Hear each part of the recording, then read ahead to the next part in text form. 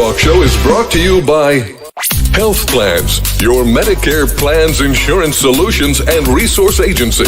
We have a variety of plans and products that fit your needs, benefit requirements, and budget, with many low or no-cost premium plans, zero co-pays, and much more. Our licensed benefits advisor's priority is your health and well-being.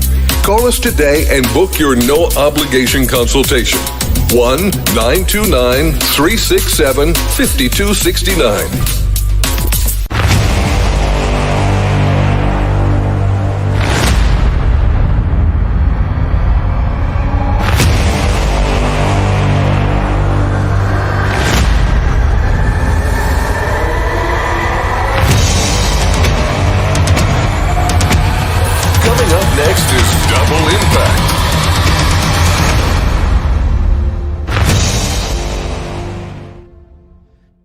Folks, welcome back to the Sales Wartime, the iHealth channel, iHealth Radio, the NBC Network, with your hosts, Hurricane H and John C. Morley, serial entrepreneur.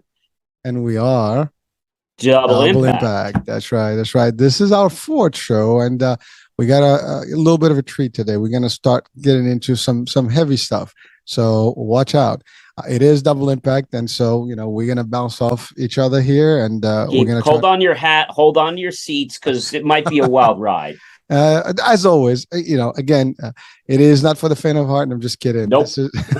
This is a fun, and we make it a little bit of everything. So we throw in some curves and some could be nonsense, could be good stuff, but at the end of the day, we believe that it's just there's always a message here. There's always an education. There's always some motivation that we're going to throw in here.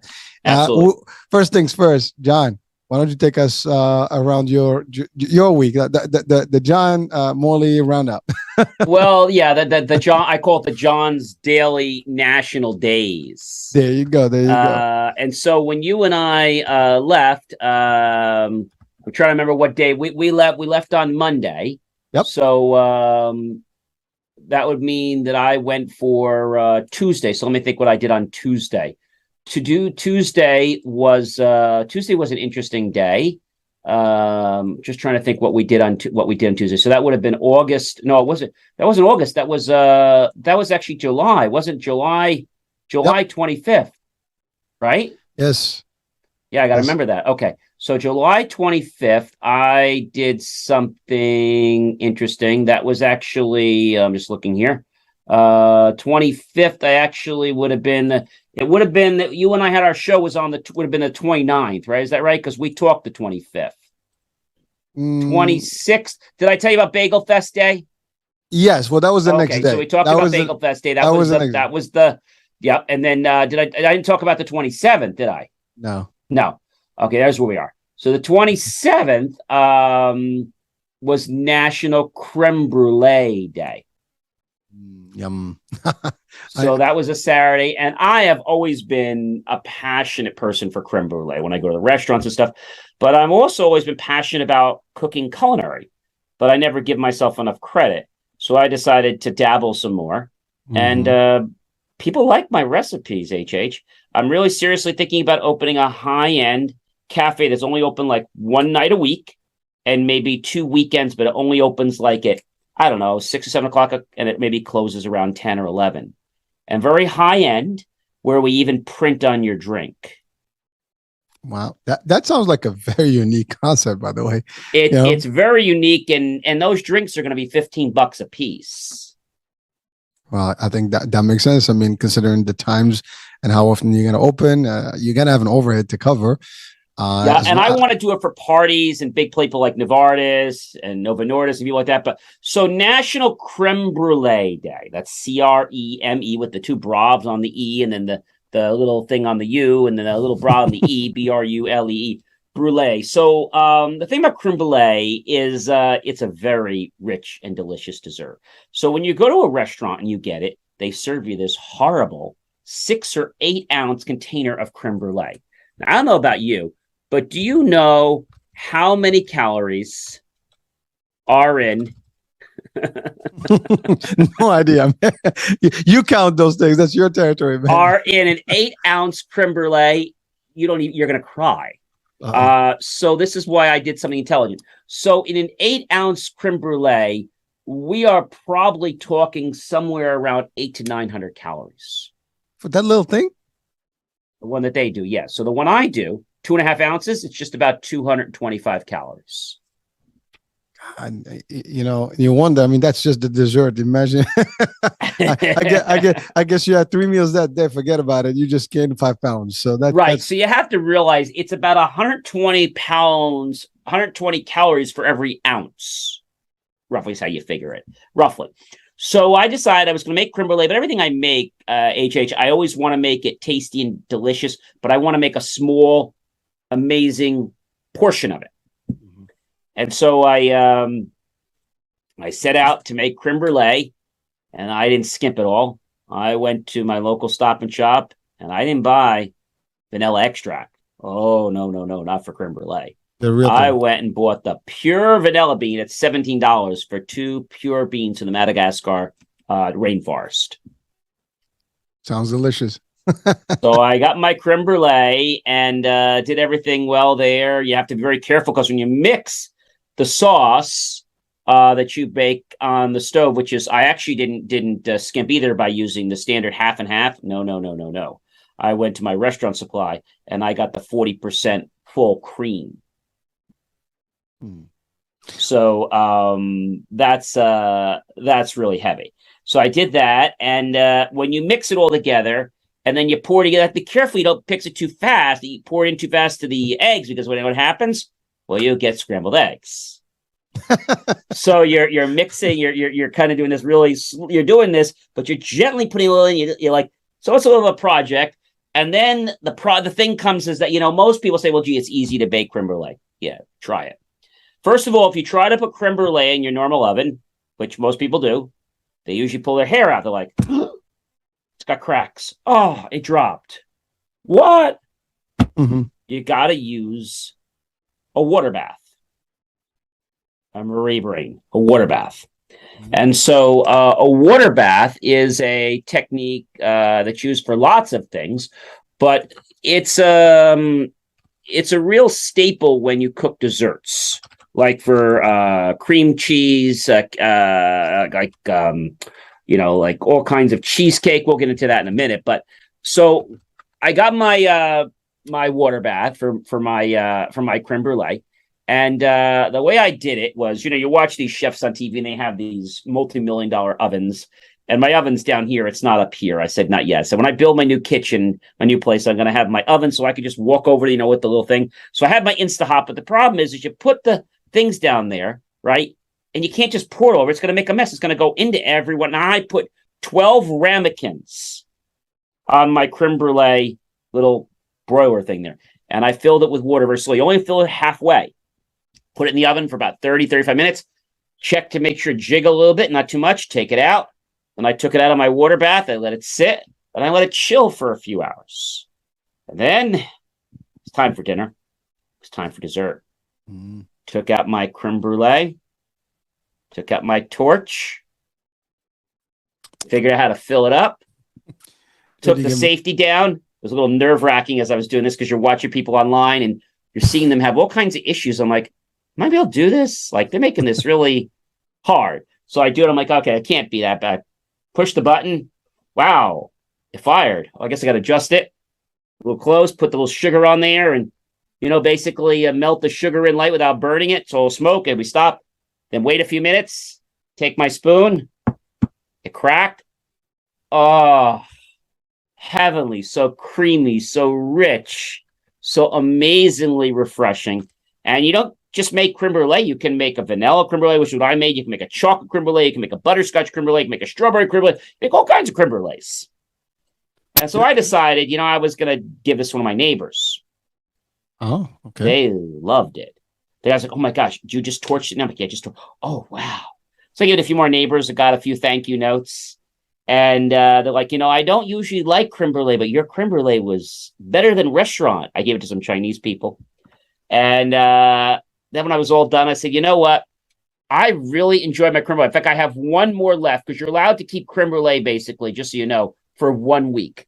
That's what you're allowed to keep creme brulee for. So if you keep it for any more than the 1 week, well, you got to throw it out. So I made it. So I got to finish my last one by Saturday. So a week is a pretty long time. But at the end of the day, just knowing that I made creme brulee, I can't tell you how good that felt. Like that was like just a real amazing thing for me. And you know what July 28th was, don't you? Well, if you watch my John's Daily National Day video, July 28th was something interesting. But I did some research before I just went to a store. It was National Milk Chocolate Day. So I went and I told the store what I was going to do, and they had to think about it. This was like a few days before, and I went in there and I just said, all you got to do is give me a piece of milk chocolate. Went in there, had the piece of milk chocolate. But first, I interviewed the one person. The owner didn't want to be on camera, so the other person, and she had this whole spiel. She was ready. I said, you got to be under a minute. Talking about Milton Hershey, and then Charles Lindt that made it creamy, and it was, and then Daniel Powder started by putting powder in his milk chocolate, and he got milk chocolate. So it was very interesting, and it was great to be inside a candy shop and have a piece of milk chocolate. I mean, that was pretty cool. Now, on July 29th, how many of you guys out there are Italian? Okay, you always say mange, right? So I went to my local pizzeria, and I said, you know what? But tomorrow's, you can't give me tomorrow. Tomorrow's Friday. Okay, I can come tonight. I can record ahead of, which I do sometimes. I record ahead of time. It's National Lasagna Day. If you'd like to give me a piece of lasagna, I'd be happy to include you in the video. Got the piece of lasagna. It was good for 3 days. Very expensive in calories meal there. And then, do you know what was next on the next day, which is actually July 30th? Nope. All right. Well, July 30th actually was a very interesting day because July 30th is National Whistleblower Day. No, National Cheesecake Day. Oh, yes. So I go into my local BJ's or Costco and I buy a whole thing of pure Philadelphia cream cheese, like 8 things of them in a pack. That's how they come. I only use 2 8-ounce bars of cream cheese. Now, that's a lot of cream cheese. Mm. And I decided to use my Marion Bay water bath, and I would, because that's what you're supposed to use. You're supposed to do that with cream cheese so it doesn't crack. And I made mini cheesecakes. But I said, how am I going to do that? I'd like to have a crust on my cheesecake. How am I going to do this? So I took a little butter, took a little bit of graham crackers that I put in my Vitamix. First, the Vitamix, and I put that in, mixed it with the butter after it came out of the Vitamix. And I mixed it up, and then I just kind of put that down on my ramekins, put that in the oven for 5 minutes, took it out, and I added my cream cheese filling. That was, oh my gosh. When I got to the end of the bowl and I said, yeah, let me just try a little bit of that. Oh, John, that's heaven. John, I'll be right back. I have to go grab something to eat. I'm just kidding. Dude, I mean, you went from creme brulee to cream cheese to lasagna, dude. My stomach is growling right now. Sorry about that. You making people like it. Sometimes, I mean, there's some people who have breakfast now. They'll take it in lunch. Some people have dinner and they're ready to sleep. I get the. There's a day actually. I think you could have National Pizza for breakfast day. I don't know if I want to do that, but there are some days where you can have things or ice cream for breakfast day. There are. So I'm learning about all these different days. But so July 31st came.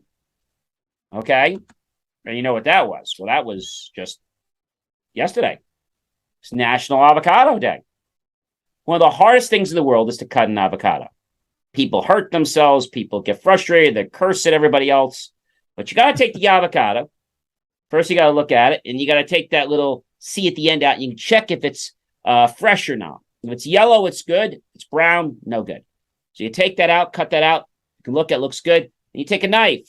You cut here, hold it very carefully, cut around the avocado. Because you can't go through the seed, it's really hard.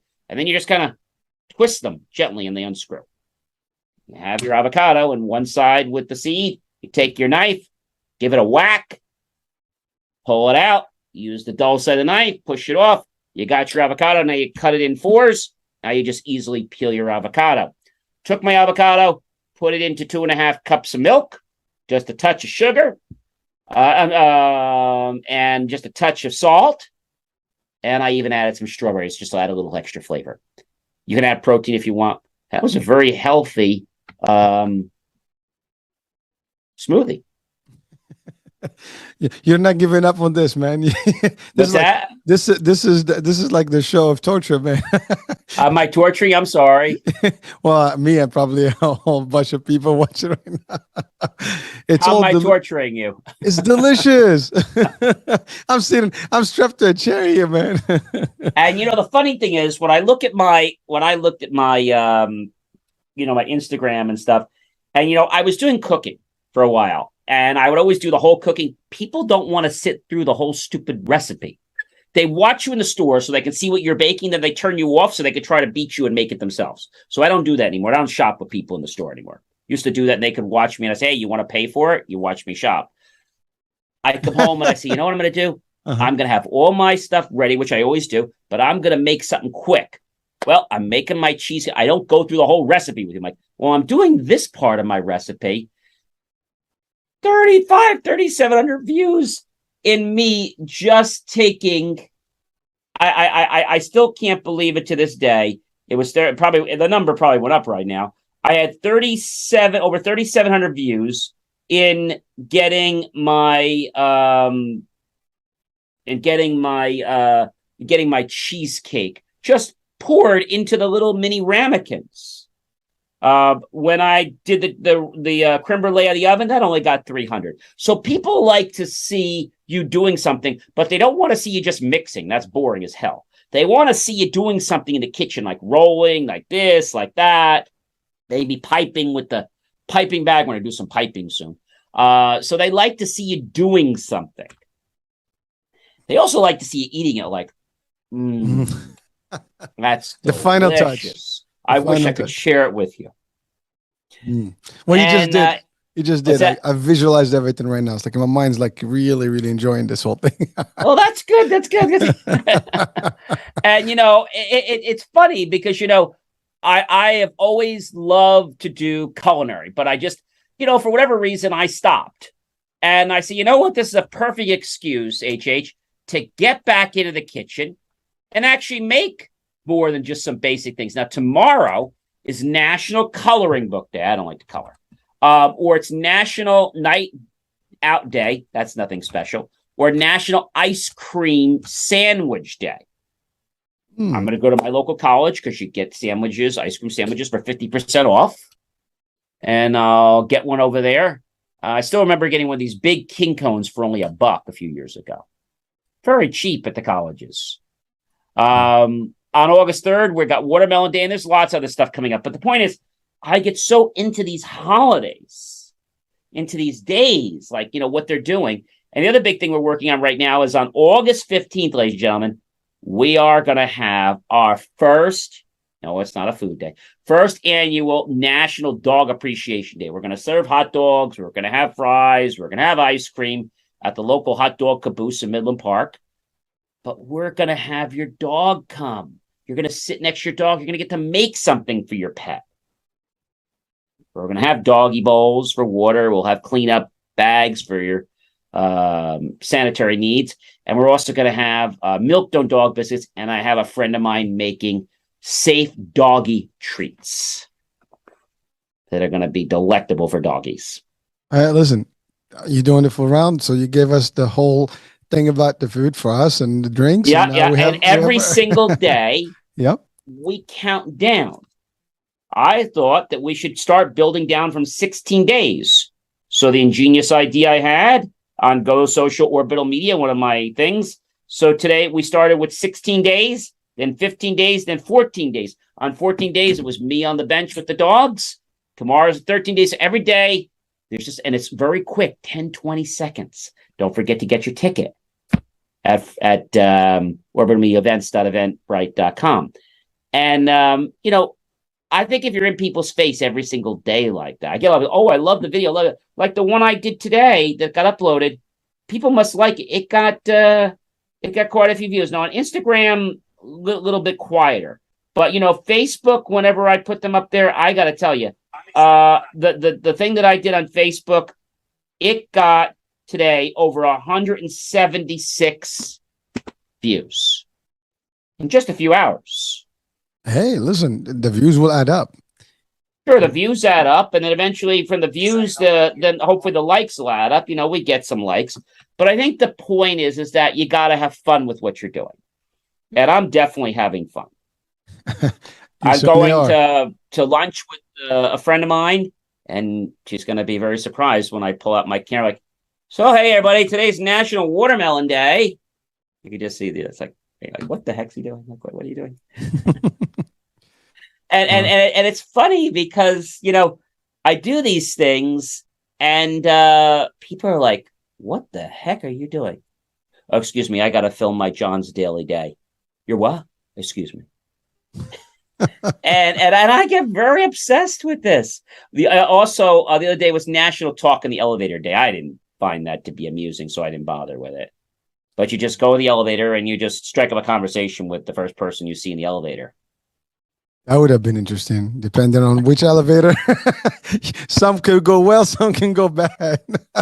Hey, how are you? I'm John. I'm taking a ride up to the 7th floor. How about you? Oh, the 9th.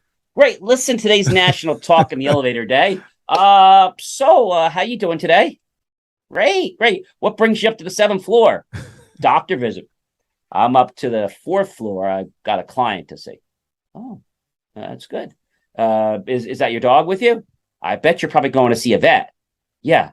Oh, okay. Well, we won't get personal, but what's your dog's name? Oh, Charlie. Hey, Charlie, how are you?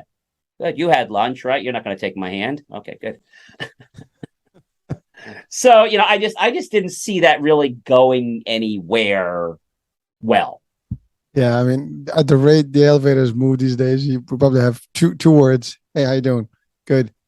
Ding, the door opens. And then you stand in front. I don't mean to block you, but we really didn't have much of a conversation. Can we connect later? Like, who's this person? Yeah, now you're stalking. Not good. Well, you're not stalking in one occasion, but I remember I had a neighbor, and they wanted to try something. They wanted to try my dessert, so I offered to bring it over to them. So I popped over and gave it to them. After I gave it to them, I said, "I'll check in with you later, Leighton, how it is." Great. No doorbell ring. Just a day later, the dish hanging on my door on my porch, and a note saying, creme brulee was excellent. Thanks, Matt. Okay. Sweet. No doorbell ring. What's that? Sweet. Well, short it and was sweet. very sweet and short. Yeah. And so then I wanted to bring him the cheesecake, which I told him I would do. So I went over there, brought a cheesecake. He wasn't home. I didn't want to leave it there for days and days. So I took it in. Notice he got back. I just wrote him a little note. Hey, Matt, I have homemade mini cheesecakes. I had one by your door. I took it away. Pop over when you have a chance and I'll give you one. No response. So some people are weird. Well, I mean, people will remain people. Not everybody is the same. And so I don't want to offend the person. I don't want to be on it. But I mean, hey, I offered. I put the note there. But you know what? I probably won't bring them another item again. Because the fact that they didn't even get back to me, I could see that my food, maybe I'm not welcome. And so everyone else that I brought it to, they rang the doorbell or they gave me one lady said to me, oh, can I have the recipe? Chris, I'd love to give you the recipe. However, I'm not giving out recipes. But why not? Well, you see, I'm opening up a high-end cafe in about a year, and I don't want any of my recipes on the street. Quick promotion. Now they know. I don't want to give my recipe out. I mean, maybe I don't want my stuff just being floored all over the place, unless it's coming from me. Oh, no, but I said, if you'd like one, that you can let me know. I do catering. So if you'd like me to make some cheesecakes for you or some mini cheesecakes or some crib, just let me know. I'll be happy to do cater. Happy to do an event for you. Well, I guess because you don't have that business yet, they just realized that this was just a hobby and it's okay to share. It's a hobby, but it's going somewhere, HH. Well, let's going somewhere. So first things first. John, yeah. I know we did the round of all the national. I got you very hungry, didn't I? Oh my God, you have no idea. I didn't have dinner yet, so I got to go home and make myself either a salmon burger or they got these wild fresh salmon burgers. They're only 120 calories from BJ's or Costco. and some vegetables. Dude, you keep doing it. Oh, I have to take a break, man. I'll take a couple of bites here, and I'm just joking. But dude, we're talking food, and then everybody's getting excited about it. Listen, I think everybody loves to eat, and but really, what you're doing, I think is unique for the fact that not everybody's doing this. How many people are listening and watching right now know about all these special days? Yes, you can Google them. Once you hear us, you might have to Google the whole year and figure it out. But not everybody's going to take the time to go and sample and test and figure these things out and check it out and even share with us some of these opportunities. We belong to a national agency that actually keeps us updated, being part of national media. So, and by the way, on August 6th, I'm going disc golfing. You have to wait till next week to find out about that, but I'm going to play disc golfing this Saturday. I'll be curious to see that. You're going to have to wait and see, but I'm going to go disc golfing, and I'm going to shoot some video on what the heck disc golfing is. And celebrate National Disc Golfing Day. I will track you. I'm sure you will. Just believe me, achieve.com. I think, the fact is when you do something for a while, and, I've been doing this for, what has it been? Well, I've been doing videos for years, as you know that, and creating content. But I think I started, when was Flag Day? June 15th or something like that? Right around that, right? June 15th. So June 15th to June to July, we're almost, we're almost a month and a half pretty soon that I've been doing John's daily National Day video. Well, you have a long way to go, man, to cover the whole year. Well, we're going to keep going, and we'll get special with different things. And then, we'll probably add, when they do a cheesecake, last year I did cheesecake. Today we're going to do a blueberry cheesecake, or we'll add some other little thing in there. We're going to always kick it up a notch, like Emerald said. I was even looking at a new torch to see what torch, because my torch is really tiny and small. Thought about getting a bigger torch, but I said, we'll wait a little for that. Well, listen, I know for the restaurant, you're going to have the real gear. So we're going to have to stay tuned and see exactly when that's happening, and maybe we'll come and check it out. Maybe you can come for a sample. Maybe you can come for not lunch. We'll be open for just like coffee, cafe, and desserts. No breakfast, no lunch. Just it's a neat idea. I mean, it's pretty. I mean, a lot of this concept exists. I mean, where there's these little special places where they open just certain hours a day, and people really, and the lines are long. I mean, people wait. And you want to do that, IHH? Mm-hmm. Oh, yeah. The other days, we can cater your party. When did you want it? Tuesday night? Yep, we're not open Tuesday night. We can be happy to cater your party. See, that's what I want to get, those kind of like orders. Or you can put your order in quick and you can come and pick it up. I want to be like that for them. Well, it's a different concept of business. I mean, again, so today, you and I, we had agreed that we're going to cover a little bit about business. Sure. I mean, you are a serial entrepreneur, and you've dabbled with businesses for a long time, and it is easy and tough. People, well, that's a very funny expression. Well, so most of the people tend to grow up with the idea that I'm going to get a degree, go to work. And that's the bottom line, right? That's nice. That's nice. Nothing wrong with that. Career paths are great, and there's jobs, there's careers. But a lot of people always, even while they're employed, they always kind of want to become their own boss, or they to own their own business and follow their own dreams and stuff. Some do that, some achieve it, some don't. But there are a lot of myths about business. There's a lot of uncertainties about business. There's a lot of questions about business, and there's a lot of perceptions about businesses. Not everybody that wants to go in business because of fear, one, and or taking risks. That's one, and we're gonna break all this down to you folks. And then the other one is it easy? It's not, right? So I don't think anything is easy. A lot of people believe that they can just go get that book or that 101 for dummies, how to start a business. That's not going to help you. It might give you some ideas, but there's a lot. And I think we talked about this before, that when you start a business, you're not an entrepreneur. Now, we said serial means you do multiple business. We'll talk about that in a minute. But when you're a business owner, you're doing everything to hold on your hat, figure out who you have to pay. What did I just get a bill for $100 for what? I didn't file a sales tax is due every quarter. Oh, and if I don't pay that, if I don't file it, it's $100 penalty per state. Yes. Oh, and if I don't pay payroll, there's a fine for that too. Yeah, what's payroll? What's fuchsia? Oh, wow, this is a lot to handle. Oh, so that's why I have a payroll service. Oh, I didn't even know what that was. So I think the first part of a business, and that could be 1 year, it could be 2 years, the business owner really is worried about money. They're not worried about the business. They're worried about, how the heck do I keep the lights on every day? How do I pay my employees? Right? That's the first part of business. And then once you start to understand what your business needs, we're talking about like the licenses, and now you're starting to get the flow, right? You know that sales taxes due quarterly, depending on what your income and sales is. You know about insurance. You know what needs to be done on certain types of, depending on what your industry is.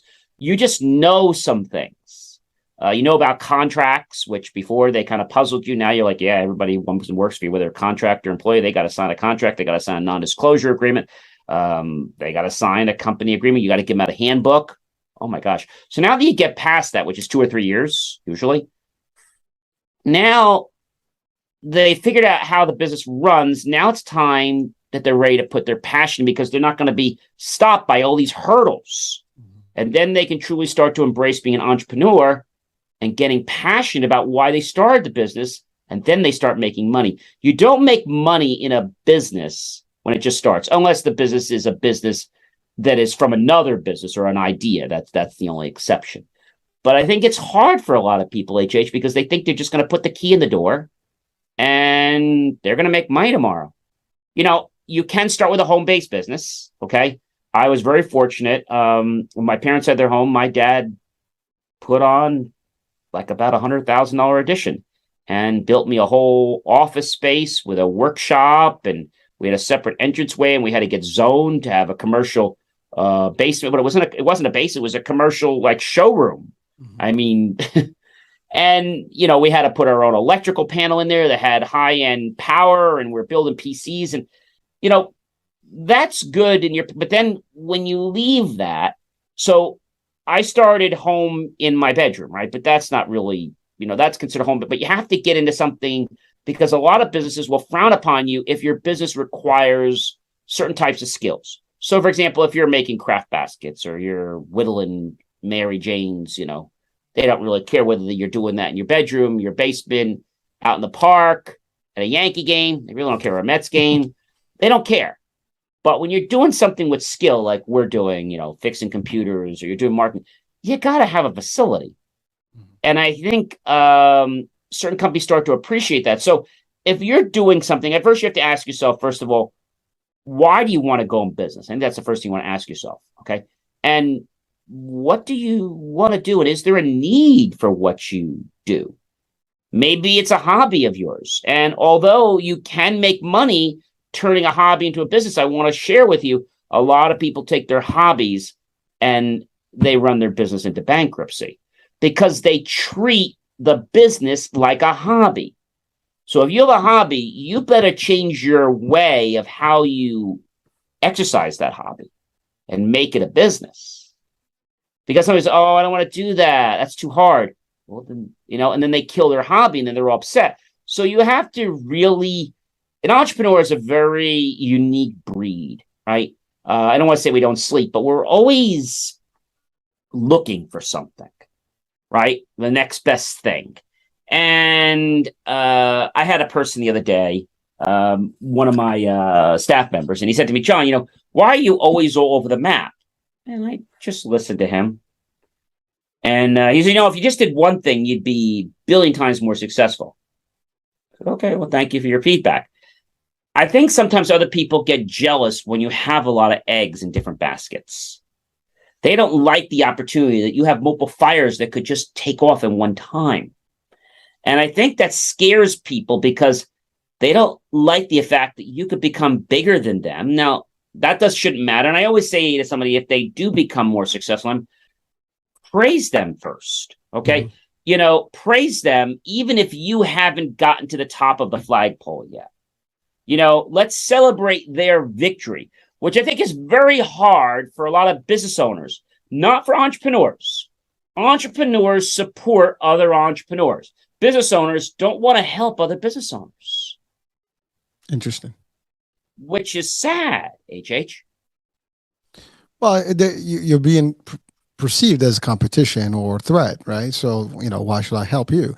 But to your point, as entrepreneurs, it's more of a long-term, nonstop action. And to your point, you mentioned if I may, just break down a few things you mentioned. One, sure, break them all. the first thing really is the decision making before you go into business, and you covered some of the challenges in the first couple of years and what they mean in light. But really, the first thing is that you have to know is this, first of all, something that I'm going to be passionate about and thrive into it, not necessarily just a hobby. You have to turn into a business. The fear factor that happens in the first place is it going to work? Do I have the capital? How can I do this? How can I do that?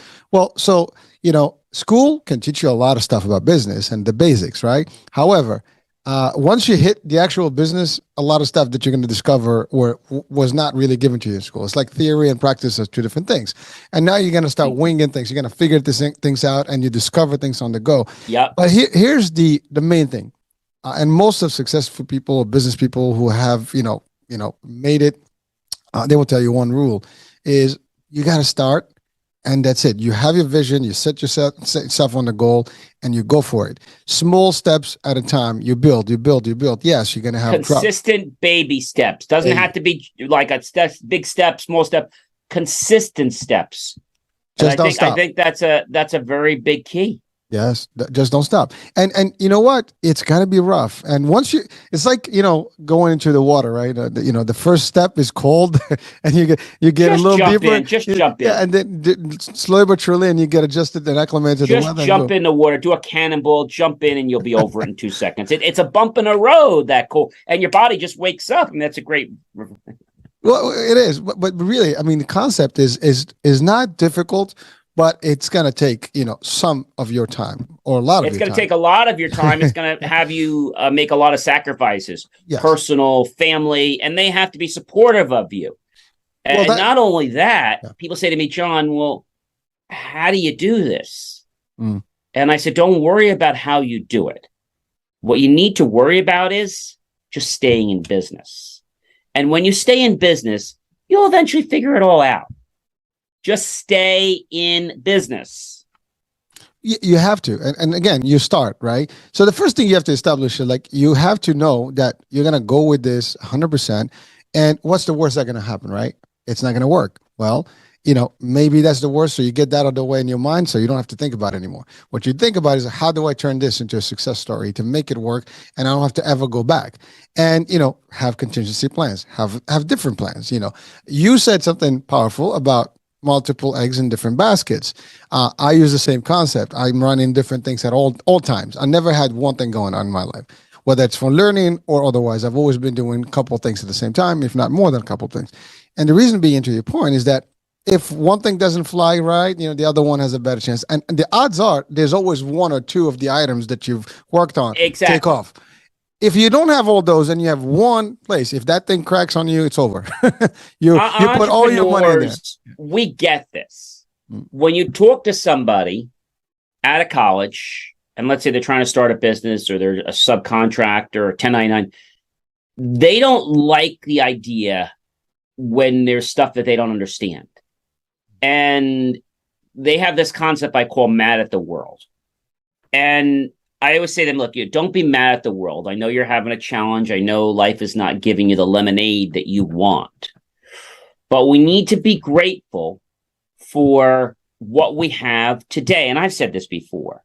We need to be grateful for that, and more stuff will just show up in our life.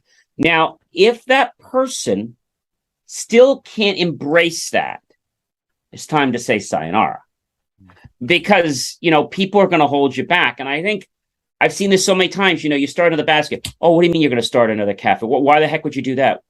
Oh, I want to. Yeah, well, you shouldn't do that. Okay, well, thank you so much for your opinion. Yeah, you shouldn't be doing all these things. Oh, okay, well, thank you for sharing that. Why not? I'm still going to do it. Yeah, why not? I mean, just because you need to have a life. I don't need to do it. I need to do what I want to do. Yeah, but you're not running. It's my life. Mhm. Yeah. But you're just not doing it right. What do you mean? Well, you're not balancing it right to you, but not to me. That's right. Yeah, you're messed up. No, Every, I'm not messed up. everybody has a different capacity of where and how much they can handle. And I had this question asked to me before, like, well, you're doing too many things. How do you do it? Well, how do you find the time? I tell people, if when I work in corporate, we are running 10 projects at the same time. Yeah. So I treat every single business opportunity that I'm running as As just that project. another. Yep. Exactly. And you have deadlines, you have timelines, you have this, you have that, and you work it where you learn it well enough, you figure it out and you dabble with it. Just don't quit it. And yes, Exactly. it takes time. It's nothing is as And you got to overnight. realize another thing, when you're in business, and I learned this a long time.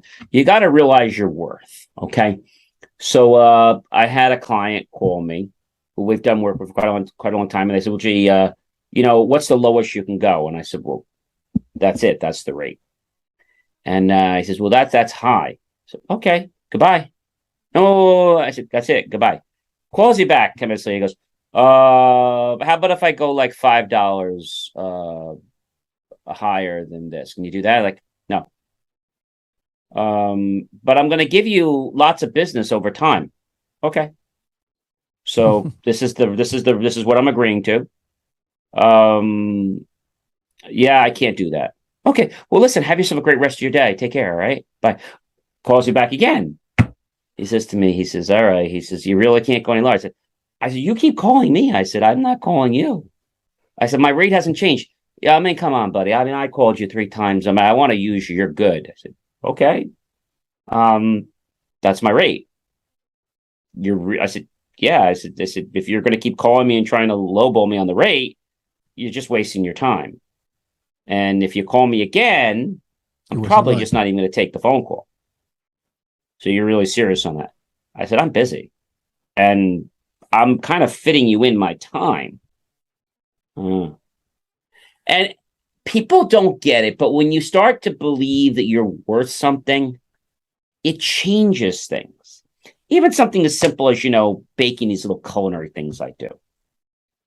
And the lady said to me, she says, "Oh my gosh," she says, "what would you sell them for, like $1 or $2?" And I said, "No." I said, "Each little mini creme brulee would probably be like $10. "Oh my gosh, that's sick. How about the cheesecakes?" Cheesecakes, they're really good. Probably like $12. They're not worth 12. Well, can you get a cheesecake like that for $12? No, but they're so small and they're good and they're so yummy and they're so filling and they're so rich and creamy. I said, "What do you pay for a cheesecake in a restaurant?" $12, and they're overpowering and you leave. So I'm giving you an experience. I'm giving you a great food, and I'm actually helping you stay thin by having a small dessert on your palate. And I think when you do that, people get a little bit, I don't know, they get taken back. So you got to manage your projects. You've got to have this, I call it a dichotomy of, what you're doing. And just have fun with what you do. Play with what you do. "Well, I can't figure it out." Well, that's great. What would it be if I could figure out? What would it look like if I figured it out? You're insane. No, I'm serious. If you could figure it out, what would it look like? And they start thinking, so you have to put people into a position that they can think about. And if they can't think about it, you got to change their words so their mind can start to form something. We all know when we have a problem and we go away from it and we come back, I got an idea. Your brain's always working. But I think there's always going to be that group. You see, there's a lot of people in corporate business that they're tired of corporate business because they're not treating people. This is one of the things I pride myself in being a corporate business, is that treating people so they always want to stay and not leave. But a lot of corporate companies, you know what they want to do? They want to burn you out. They want to use you. They want to soak you dry. And they don't want to give you your worth. That's still a problem, HH. Well, it is. But John, you're talking about two things that are very vital here in the business world. One is the belief concept, right? And again, I love it. You always have it on your hat. So the belief, and by the way, those things, I mean, those things, we can talk about them for, years, not just hours and months. Centuries. Yeah. Exactly. Believe is the first thing in everything, right? You have to believe, and not only believing that you can do the job, that you will do the job, that you will succeed, but you also have to believe that it's not going to be easy, and you're going to have to do all the work and stuff. But believe in your value. That's the piece that you just mentioned. If you don't have your own worth, you don't know what you're worth, then how can you possibly, share that with people and show them the value that you are special? And everyone is special on their own way, but you have to highlight that to become that, when they want to go to go to you. Exactly. Yeah. If you do a speaking engagement, say, well, gee, I can give you a lunch or I can give you dinner. Okay. That's kind of book right now. And, you ask somebody, well, you don't have lunch. Well, this is what I get, so if you happen to change your mind, give me a call. Otherwise, I may not even have the date available. And when you have that, it's not an arrogance, because people say that arrogant. It's not. It's a confidence. And arrogance is when it's like, well, I'm always busy. I'm like the best. That's being arrogant. Okay. Well, this is what I charge. If you're interested, reach out to me. If not, thanks so much. My days do fill up, so I hope we'll hear from you before the date gets filled. That's not being arrogant. That's being confident. Well, it's funny because you look at some worldwide designer brands, for example, right? They don't do discounts. They don't. You want you want the product, you come and pay for it. That's it. You want a Louis Vuitton? They don't. I've never seen them on discount, unless it's a knockoff, which, by the way, they're illegal. Well, there you go. But there's plenty of those. But the real ones, you go to the store. It is what it is. There's no such thing as we're going to give you 10% down, or it's we're doing a clearance. It is the price. Exactly. I'll give our viewers they go up example. Actually. They go up. I'll give our viewers an example. Okay, maybe you're out of college. Okay, and you gotten your first job, and I remember working for my parents to try cleaner and managing it. But I also knew that I wanted to do something else too. So I waited tables, which was not easy. But then I decided that I'm worth more than waiting tables. So I decided I'm going to become a black tie and then a captain. And then people said to me, well, John, we can only pay you this because that's always. I said, yes, but I'm a black tie. I'm a captain, and this is what I get per hour. Yeah, well, you're a server. I said, I'm not a server. I'm a black tie server. There's a difference. And so then when you do like, oh, well, I want John. I want him. Well, he gets that. Yeah, well, that's okay. That's what he gets. That's fine. You have to put your worth out there, and you have to believe you can get it. If you say, well, gee, I'm worth $1,000. Well, that's great. But now if you say, oh, I want $1,000, but I'm really not worth $1,000. I'm probably worth like maybe $102 a day. And that's what you're going to get. So put the thoughts in your mind. If you want to be worth $5 million a day, $10 million, $50 million a week, put that in your mind and start realizing the worth. And if people don't pay your worth, that's okay. There will people that will pay your worth. Well, John, thank you for that. But one thing to really add to that is that, yes, know your worth, but also deliver the goods.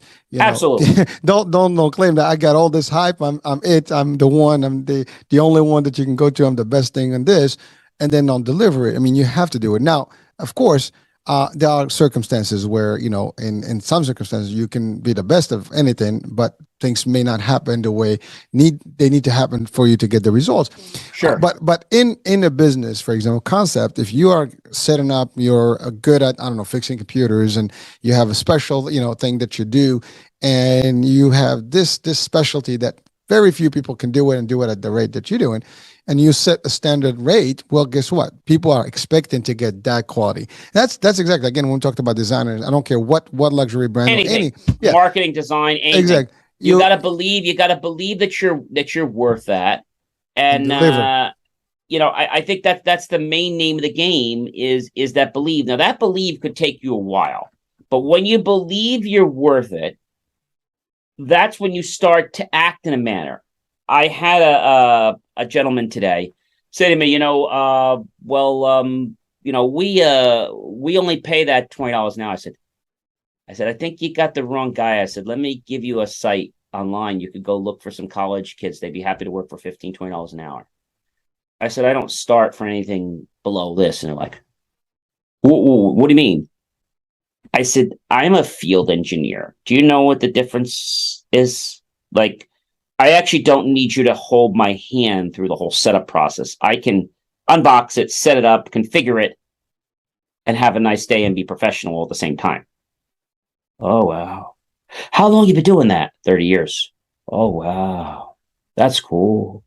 And they just kind of like... I'm sorry, yeah, laughing. You know, John, you said that, I started laughing. I had an email came to me. So in the insurance world, we're all licensed, through the state.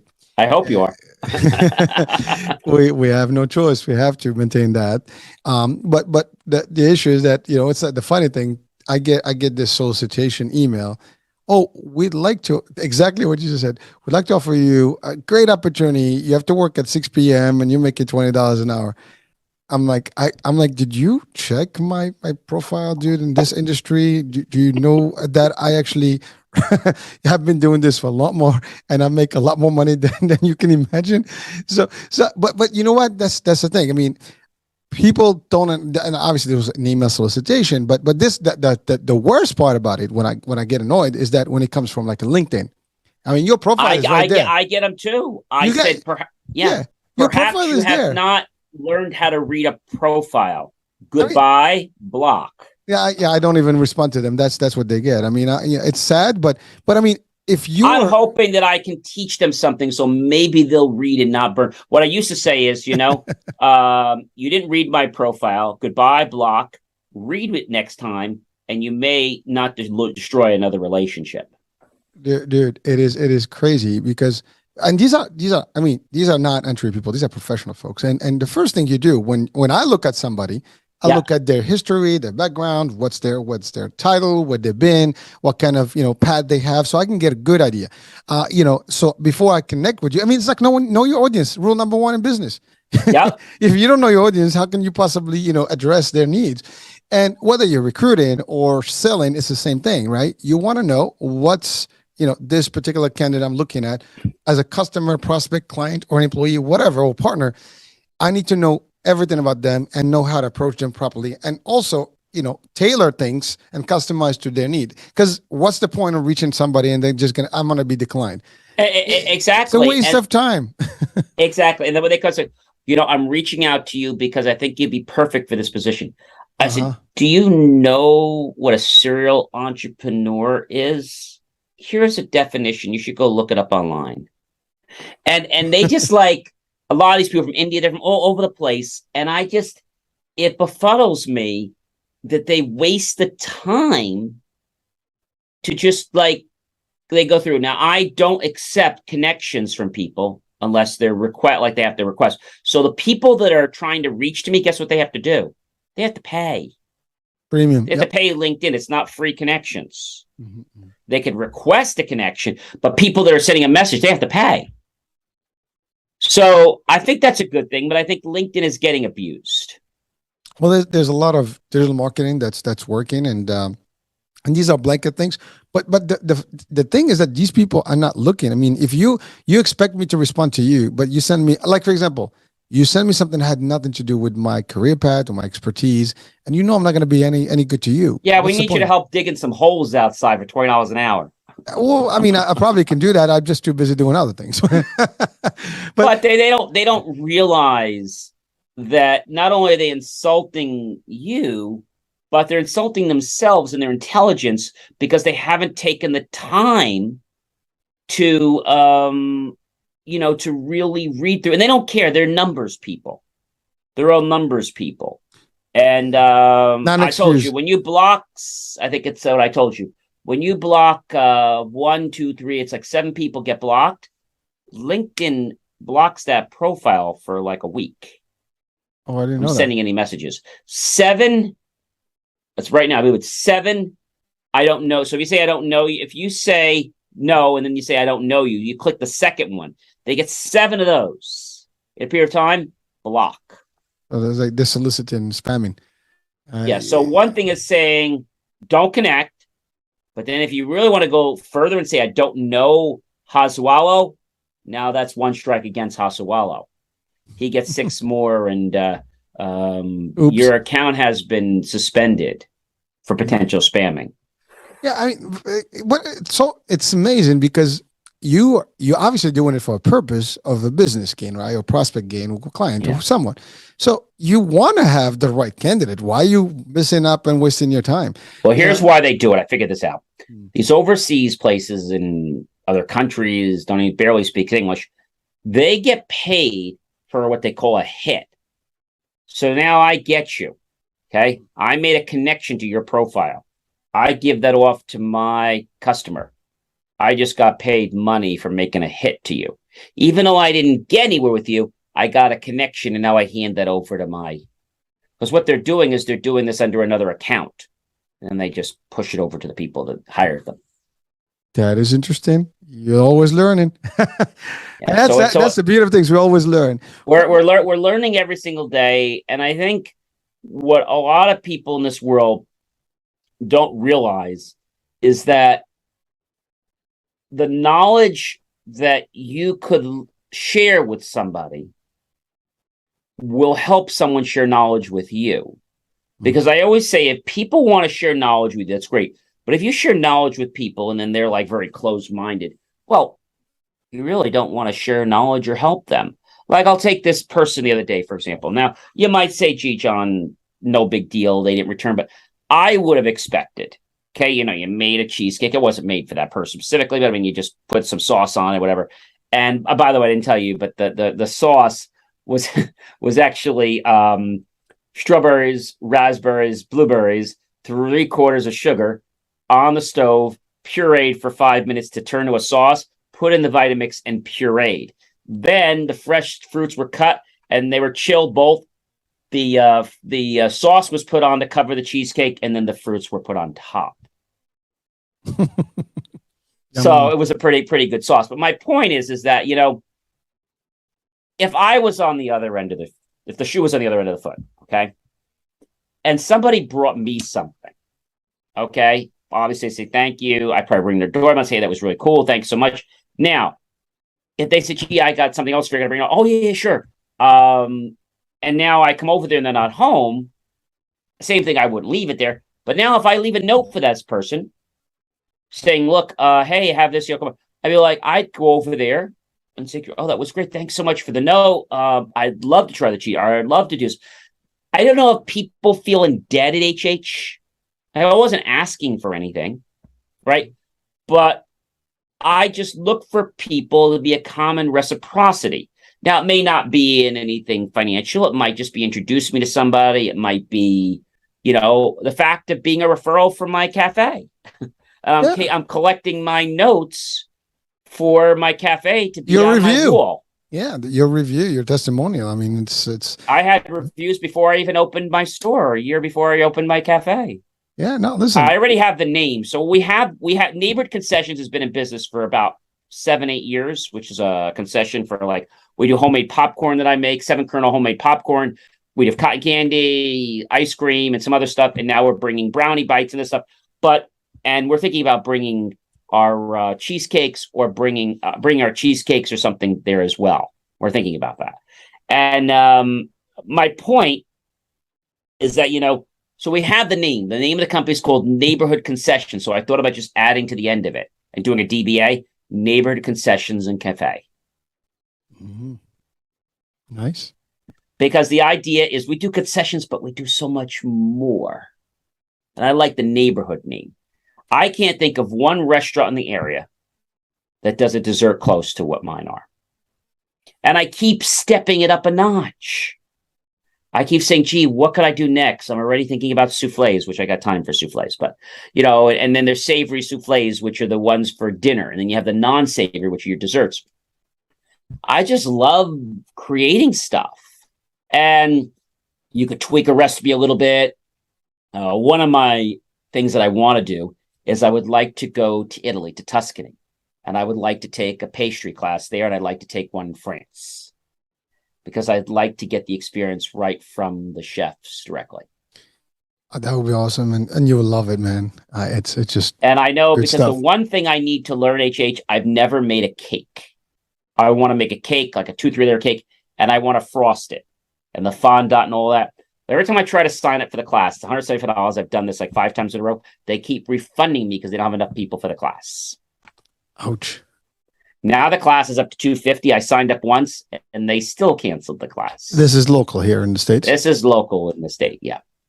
Yeah, but nothing's going to be like the experience in Tuscany or Paris for that matter. So I want to do that. And I guess it's probably going to be like a week course. I'm guessing. I don't even know. Something like that, maybe a week course just to learn. Because there's about 16 fine, I'm going to call it French pastries. And I have decided that I want to err on the side of the French patisserie. I want to err on that. My favorite. What's that? My favorite. Like the profiterole, the different creams. I got to play with my mousses and stuff like that. And then I want to go back. Now, the French are very known for their breads. Bread is not a big deal with me, but they say you have to learn it. It's an important thing to learn. So I may want to make some breads, but that's not a big thing for me. I probably would like to add some kind of flavor and like maybe do like a chocolate bread or maybe a rainbow bread or some type of maybe a butterscotch chocolate bread. Well, it could be like a fruity bread. I mean, something totally different. I'm not much for fruit bread, but yeah, you could. I'm saying you can be creative. You can be creative, and that's just my thing. And I always like making desserts. I like making cookies and stuff, but I said that's my flair, and that's why I want to get into next year printing on your food and printing on your drinks. I know we talked about that. Yeah, that's pretty cool stuff. So I'm going to start dabbling in that probably around November, December. I'm going to start making some cookies with my logo and stuff on them. And then I'm hoping in January to launch out a first mini cake. I think the restaurant's got about another year. Not this January, maybe next January. I'm hoping by this January I'll be into, let's say, catering of high-end desserts. But the following year, I want to get into the culinary where people can come and I can be rated. But I think that has to come after I go to Europe. Like once I get that, because I also want to make crepes. Oh. Crepe Suzette. And the one you set on fire. So I'm going to learn these French patisseries, and then I'm going to add my own flair to them. That's kind of my thing. Going to add my own little twist to it. Well, again, your signature. But John, someone could be watching right now and say, "Well, this dude is all over the map," as you said. Yeah. I'm nuts. But folks, if you think about it, right? John started in electronics engineering, and he did all that. Do that. Yeah, see, exactly. He did all that, and we do Wall Street and we do Nordstrom's for crying out loud. But my point is that you've done all that. Yours in the making. So still doing it. That's exactly. I mean, now it's just second nature. You've done other things. Your marketing, your digital, your media. You're doing all this. Now you venture into something else, which is a passion of yours that you discovered that you have a flavor for. There's nothing wrong with that. And as a matter of fact, jack of all trades works sometimes. You don't have to be. It works as long as you can balance them. And the nice thing about what I did is every business feeds off each other. Yes. So the tech business needs the marketing business. The marketing business needs the baking company because we can't make bakery products. We have to design. The bakery product needs the orbital media company so we can design, because Neighbor Concessions won't bake printing something unless it comes from orbital media.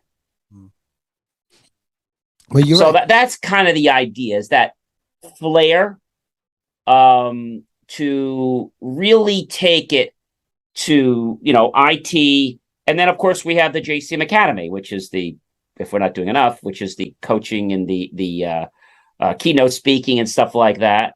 And maybe someday I keep getting these people doing, "Oh, you want a TED Talk? I already applied." Like, I can tell you how to be a TED Talk in 6 months. Yeah, you want to charge me all this money, and I can tell you how to get on stage. They really don't have a magic bullet. They want to charge you some money for their stupid course, and then they put you on a stage. And I applied. I think it'll just take some time. And I just want to tell the world my story. I want to tell them how I got started, what kind of motivated me. And that's kind of what we're doing now in our John's Daily National Days. We're starting to get into telling the story of a business owner.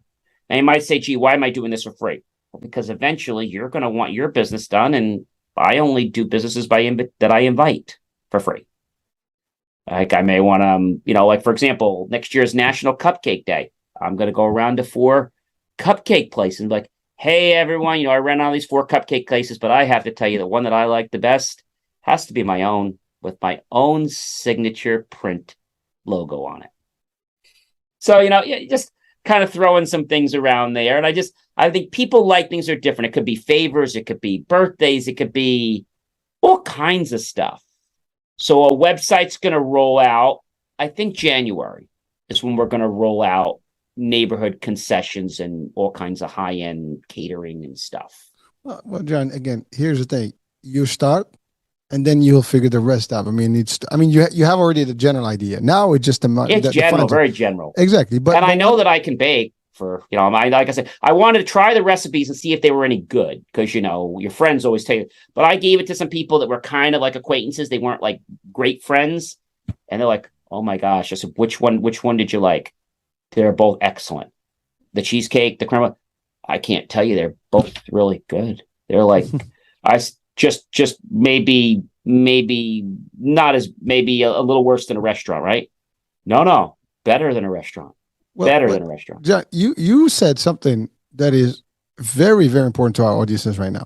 See, the fact that you tested it and you wanted to get a feel for it and you got some nice reviews or good feedback. And now you are planning to start the business. So you're actually turning the idea or the passion into a monetization concept. But now also you're willing to take the trip to Tuscany, to France, to learn, the additional skills that you might need to be even better at what you're doing. This is exactly what we need in this world, is that you have an idea, great, start working on it, start dabbling with it, and then get the expertise in it as you go. So don't stop until you get all the parts together. You start working, get the bigger plan together, and start working on the next pieces to put it. It's like a puzzle. You have the big image, you start putting the pieces, the big ones first, and then you start, I think it'll probably be the France first, because the French is known for their pastry. So I think I probably have to find out how long it is, but I'm guessing it's probably going to be like a 1 or 2 week course is my guess, because I don't want to be like more than that. And I just kind of want to dabble with them. But I think when you learn, that's how I learned. I taught myself chocolate. I don't know if you guys know, I do my own tempering of chocolate. I taught myself tempering chocolate from a world famous chef. And, not an easy thing to do, all because I got frustrated because the company wanted to charge me a fortune to make a couple hundred bars. I went to Food Network and I think they told me it was going to be like $10,000. And I said, I think I could do this if I could figure out how to make the plastic. So I got a company to make me the plastics. And I practiced how to temper chocolate. See, that's the thing. You face a reality of something that is completely like out of mind, or basically just maybe unachievable at the time financially, whatever. But then it's creating the need for you to actually learn and become skilled at it, and that's it. So that's actually number one source for you being an entrepreneur. It's like you see a need. One thing you do need as you grow. You do need some helpers. So you come up with the idea, you do it. Okay. Then you have some other junior chefs be working on. You're still overseeing everything, but you can have some junior helpers, apprentices help you out. Because let's face it, I do a party of 500 people. That's an awful lot of things for me to make. And I think I have to start getting into larger type machines, because we're talking about big 6-8 quart machines now that I have commercial, KitchenAid. But I'm sure I'm going to have to get into mixers that are on the floor. And that's a different kind of baking. It's a little different from me, almost a little scary. Well, I know for a fact, I'm familiar a little bit with the French, bakery business and patisserie and stuff. Just being born in Morocco, raised in the French household, somewhat, I've, pretty much got introduced to the French, culinary arts, over my youth, and been to France many times and a family in there. So I can tell you, you're right. That's going to be a whole different, aspect of it, but it's going to be fun because, to be honest with you, I have been to a lot of places here in the States looking for some real good French, accurate or like, really authentic kind of, Eclairs yeah, and yeah. And I still and haven't, there's a lot of places here, like we have a bakery in upstate New York that's very good, but they're not going to do those French pastries. They're not going to do the profiterole. They're not going to do creme brulee while you wait. They're not going to do a cheesecake, a mini cheesecake. My whole goal is not to make big desserts. It's to make small little plate size things. So if you're having a party, yeah, I'll make a little cake, but I don't want to make my desserts to be something that's going to take up a month of calories. I want it to be a little taste. and that's exactly right. I mean, most of the expensive places, they don't give you a lot of quantity, but they give you a lot of quality.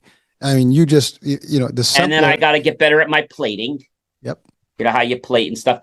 So that's why, I have to see, but I'm sure the first step is going to be, seeing how big I can get in mixers before I have to get into floor mixers, because I think floor mixers is going to be a whole, and that might not even be something I do the first year I open, because the thing is, there's a whole different mentality when you go from this kind of cooking to that kind of cooking, let alone the ovens, Well, right?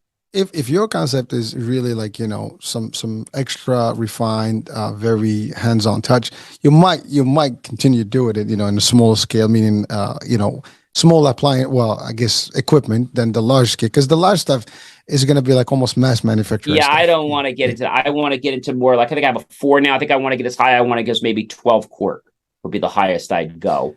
But again, when I make a recipe, it's basically like I'm making 12 or 15 of something. Mm-hmm. And that 12 or 15, let's say I have people in the night. So maybe I have to make enough creme brulees for maybe I only can accommodate 100 people a night. And after that, we're done. It's hot items. That's it. First come, first serve. The first 100. Yeah, and And believe maybe we me, do 50 of each or something. Oh, well, if you're coming tomorrow, let us know. The chef can we can hold one for you. well, they do that. I mean, like, and it's funny. It's going to sound weird, but think about Christmas and holiday shopping, right? They tell you the first 10 people in the store get the first 10 TVs, right? Well, it's a concept, that is very, applicable in this realm. It's like, we're going to have 1 hour, 2 hours. We're going to have the best, Kimberly can have in 2 hours. The first people to sign up or to come in or to Well, book when we do our reserve. grand opening, Yep. I think what I will do is say, hey, we're going to have mini creme brulee, like really mini, like really just like I'm talking about like this mini, like really like a real Samplers, mini thing. samplers. Real samplers. Yeah, Yeah. just have them taste that and just have a couple of the items. You're like, hey, we do this, do that. And if you'd like to for your party, come in. We'll be happy to offer you a free sampling. We do have a $250 sitting fee, but we take that off of your catering bill just because we don't want to be making you all kinds of food for free. We take that off your catering bill. Nice. So it's a $250 seating per person. So if you have 3 people in your wedding or 4 people, you want to bring those people, $250 per person to come to our tasting. Well, Chad, may I just a quick Sure. idea that comes to mind? Yeah. One thing that people will always pay for, besides just the quality and Yes. especially, is the experience. So you can couple all that with some unique experience in the environment that they come in, and then believe me, you're gonna have the audiences lined up for months. It's basically going to be, they come in, the way they'll come to the whole thing, they'll sit down. I'm even inventing, they come in, they meet us, and we talk about what kind of desserts they want. Then they come back and chef prepares them. Wow. We don't prepare them while you wait. You tell us what you're looking for, what kind of tooth, what kind of flavor. I have something. Maybe I'll put a little lime in that, and I'll come up with different things, and we can see. So I almost think of it like a creation where we have our staple item, but we can always, I wish I could have mint in there. We could add mint to the creme brulee. We could do that. Like, what did you want? I wish I could have had the creme brulee with a little coconut. We could do a coconut creme brulee. Like, see, what I'm saying? That's the kind of what I'm envisioning. Like, what do you want? I would really like cherries, or I would like apples in there, or it's truly customized. even the cheesecake. How about a red velvet cheesecake? Or how about this cheesecake? Or how about a chocolate chip cheesecake? Or I just sense the whole idea of like, I'll give you the general idea, and you tell me, what do you like? What's your flavor? And I'll make it happen. Love it. And Love of it. course, Orbital Media can do all the print and production to make it even great. So your event will have, and it'll be a perfect giveaway, like a perfect favor. Mhm. I really want to get to making cannolis. Well, it's funny because years back, well, I think it's still in effect. What is it? There's a cheesecake. I forgot the name of it. Is in Brooklyn. Oh Uh, wow! yeah, and it was one of the historic places in Brooklyn, and they literally ship the cheesecake all over the nation, and Oh wow! in dry ice. I was doing a training in Indiana for a team for a call center, and we had a contest, and what we did is like one of the when we finished the whole project, and we're gonna get you guys some pizza, not pizza, some cheesecake right from Brooklyn. Damn, I cannot come up with the name right now, but it is a famous But they're very downtown. big. They're big. They're huge, Yeah, yeah. but I see. I don't want to do that. no, no. Yeah. Well, I'm alluding to the idea of unique and special. I mean, these guys are shipping all over So because the of their idea of names. Yeah. shipping is something I've thought about, Mm. but you have to realize the kind of desserts I'm preparing with the flame and things like that. You can't do that. I'm looking to serve like Franklin Lakes, Oakland, Wyckoff, the immediate Bergen County. Like my daughter had bar mitzvah, son's having like that kind of a thing, birthday party. That's the kind of thing. And although anybody could do, people do cakes, that's a positive. That's not really where I'm going. I'm looking to do more of your high end type of experiences. No, no, no, John. I'm with you. I You're wasn't. with me? Okay. Yeah, I was not alluding to you shipping, but Okay.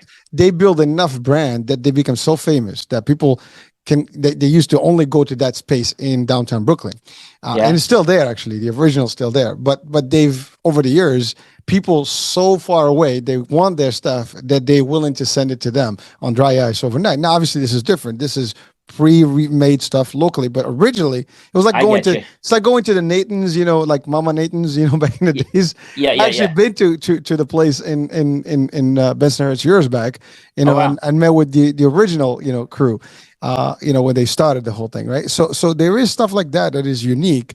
You will be creating that opportunity for the future, so people will come to this concession. They would want to come and see our Exactly. location or something. Like Exactly.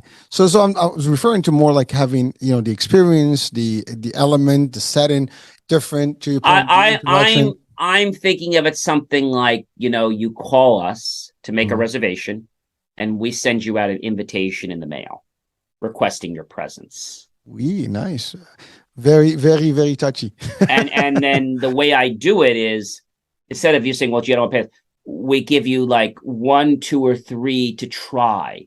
So there's not a fee per each. The dessert sitting might be a sitting, which includes coffee, tea, and I don't know, it could be $50 a head, but it would just be a very interesting experience. And you'll get to pick from 3 of these items tonight, or the chef plus chef will have something you'll get to pick something. Well, no, I tell you, like in my wife and I, we do like a Valentine's thing, right? And this last Valentine's, we actually took a ship right off Jersey. Very nice. And yeah, and it's the Quantum of the Seas, which is Anthem of the Seas rather, which is Royal Caribbean, and they have Wonderland as a restaurant, one of the specialty restaurants. I mean, this it's all an experience. This restaurant specifically, you actually go in there. They have these miracle paints or whatever, like ink or menus that you actually they disappear, and you put a little bit of a liquid on them, and they just appear again. And the food that they give you was all almost like made in there. Like the tomatoes were not real tomatoes; they were like made from other ingredients in there that tasted like. It was just a whole different experience. We wanted to see what was the fuss about, and it was just a unique experience in its own. So creating that is I think I like the idea that people, so like they have to call us, then we send them an invitation by mail. Yep. And then they respond back to us, which is inviting them for the exact time that they've requested. And it would basically include like a coffee, a latte for each person, and a nice dessert sampling or something like that. Well, That's kind of what I'm picturing. I can't wait, John. You got to get it done. Well, it's gonna take a little time, but I think the experience could be really hot. I mean, I think it could really take it to, the next level. Well, again, And like what God gave me the idea is, I'm not going to mention his name, but there's a gentleman I know. Well, he started an ice cream parlor part-time. He does something else. And I was like, wow, he's only open, but he's open every night after 6 or 7. I'm not going to do that. I'm going to open like maybe one night, and then I'm going to open on weekends from like maybe 7 to 10 or something like that. Just very short. Again, you have to realize if I'm charging people $50 a head and 4 people come in, I know. I don't really have to stay open that long. And oh, by the way, did you want to order something? Did you want to get something to go? Did you want some other to go or something like that or whatever? That's the kind of thing I experience. We have to realize certain things like the flaming stuff you can't to go, but other things, could be to go. It could be something as simple as a very mini delicate brownie made with pure vanilla bean. Yeah, John, I don't think anyone in the history of podcasts or shows have actually entertained an actual business idea, open on the show, and just kind of like, started discussing some of the potentials. And I think that in itself, it's unique. That's your signature. You are visionary. You're seeing things, and you are, you almost making them like you almost like creating the visual effect for people right now. I've been wanting to do culinary for a very, very long time. Right? And getting that torch was a first step. And I have my digital thermometer. You point the link, So I think like that, and that could also help my other channel. I thought about adding a food thing to the food because we don't have a food channel, but I thought about adding a food thing, and then having a team that just literally just. I don't want people to film me making this stuff. I want people to film the wow effect because I don't want to tell people how I do it. I would just film like and here's the presentation or here's the. And I see that I could just see a small little shop. I mean, it could be something as simple as 100 people, but it would just be a very small, but it would be like seatings. Mm-hmm.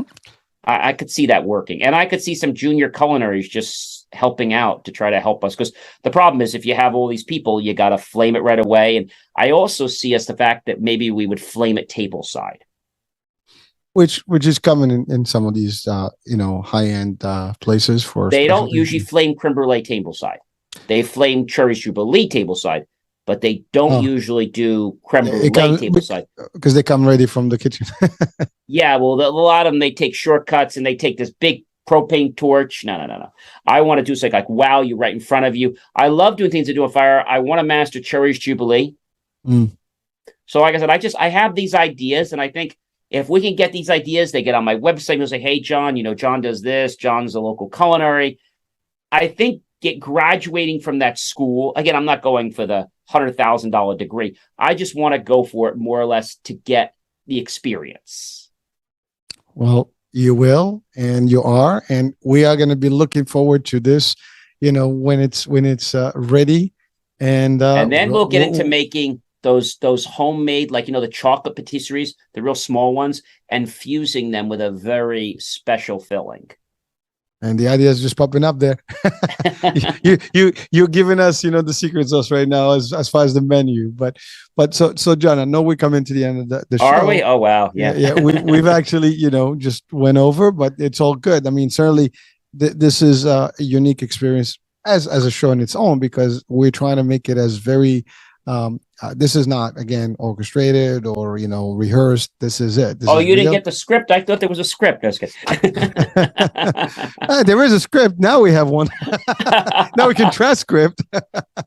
But yeah, I mean, again, we try to cover a lot of different things. And, as you can hear and listen, John's passion here, this is you out there. If you're thinking about a business, an idea can turn to something. John is just sharing with you right now how he sees his own next, item, next entrepreneur, opportunity being made and created. He's already got the whole lines up, you got all the big, major stuff. The next thing is just the details and making it happen. And I know for a fact that John does not fail anything that he puts his mind on, because I've seen him, doing his business. He means it, he does it, and he will deliver it. So you yourself listening, watching right now, there's no reason for you not to do what John is doing. If you have something in your mind, take it to the next level. What do you get to lose? Nothing. You lose everything 100% if you don't do it. If you don't take the first step, you're never going to know if you can achieve the journey. And you can get better and better. If you can't get to where you have to go, many years ago, I couldn't even do creme brulee or do a cheesecake. You start to learn what a technique is, and you start to practice that technique. You get better at that technique. I couldn't do a souffle that didn't flatten out of the oven when I first started years ago. So you get better with a technique, and you practice it, not to become perfect, but as the French say, to become better. You're never going to be perfect. It's going to become just a little better. So I think people, the best thing I could tell you to do before you start your business, get a piece of paper like this. Draw a circle in the front, center. Write down the main idea. And as you start getting other ideas, you can just draw lines and you can draw little circles. And then from those, you can spawn off from those. And that will help get your idea. I also recommend getting a book, like a little notebook, small one. And when you see something around that resonates close to what you want to do, write it down. Write those ideas down. And just think about saying, what would it look like when I had this? Don't say, oh my God, how am I ever going to do this? No, my question to myself is, what's it going to look like when my fine pastry shop experience opens up? Not, oh my God, how am I do it? What's it going to look like? What's it going to feel like when I get Chef of the Year award on a pastry? What's that going to feel like? See, that's the kind of questions you want, because those are the questions that are going to propel you forward to motivation, to actually take those inspired actions. And achieve. So see, we started with the believe and we ended up with the achieve. So really, there's a lot of work that gets done between those two, but that's exactly what everybody should be aiming forward to. And you can. And John, thank you. I mean, for breaking it down. And I love the concept of writing it down, because, I do that myself, because sometimes I wake up in the middle of the morning, I get an idea. If you actually don't write it down, the morning you wake up, oh, damn, I don't remember what it was. But if you put it down that paper, it's there. You put, I don't put it on paper. Actually, I go to my notes on my phone. I just type it up quickly and then go back to sleep. Sometimes it takes me an hour to go back, but hey, I find it in the morning and I take it from there. So you folks have the access to a lot of the stuff. Do it any way that works for you. But the key here is, don't just think of things, do things. And that's all I have to say. John, it's been real again. It's been real. It's always great to be with you, HH. Yes, sir. Well, say likewise, man. We have fun. We share a lot of things, and hopefully in every show, people will take something out of this. We throw a lot of things left and right here. It's just take what you can, what you want, and maybe not this show, the next one, but just keep up. We'd like to do a live, hopefully, maybe before the end of the year, maybe early next year. We'd like to do a live in person event. We can do that somewhere. Actually, that's not a bad idea. I mean, now that everything is, the COVID business is, it's kind of in a remission. Yeah. Well, we just have to be mindful of that, but certainly we'll get back to normal, 100% normal, or maybe pre-COVID normal eventually. We'll see. But at the end of the day, we can still do these things in life. And yes, ideas will continue coming in. John and I will continue figuring out a way to do more and more for you, and hopefully bring you more action, more stuff, more fun things, and more learning. And our double impact should hopefully impact your life to make the changes you want, to become the success. What are you waiting for, folks?